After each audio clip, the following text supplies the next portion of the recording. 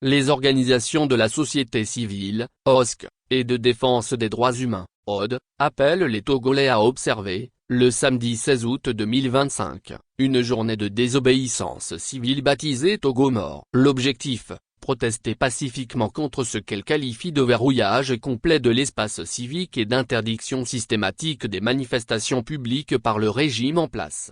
Dans une déclaration conjointe, le Front citoyen Togo debout, l'association Nova et plusieurs autres organisations signataires rappellent que le droit de manifester est garanti par la Constitution togolaise de 1992 et par la Charte africaine des droits de l'homme et des peuples.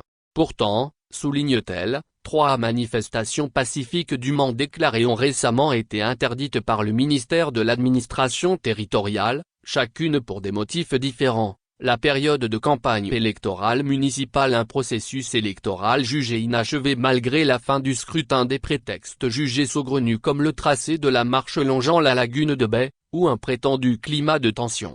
Le 3e courrier du ministre va plus loin, en suspendant jusqu'à nouvel ordre toute manifestation pacifique, une décision que les OSC estiment contraire aux dispositions légales et constitutionnelles.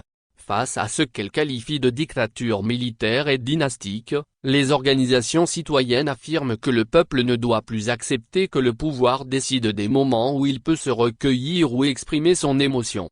L'opération Togo mort consistera à fermer commerces, marchés et lieux de travail, à suspendre toute activité et à observer une journée de silence et de recueillement. Ce geste symbolique vise à exprimer le refus de la soumission, du bâillon et de l'oubli des victimes de la répression. Les signataires préviennent que la fermeture de l'espace civique pousse inévitablement à d'autres formes de mobilisation. Le mouvement M66 a d'ores et déjà annoncé une grande manifestation nationale spontanée pour le 30 août 2025. La société civile appelle ainsi toutes les forces démocratiques à se rassembler pour défendre la liberté, la bonne gouvernance et la mémoire des martyrs.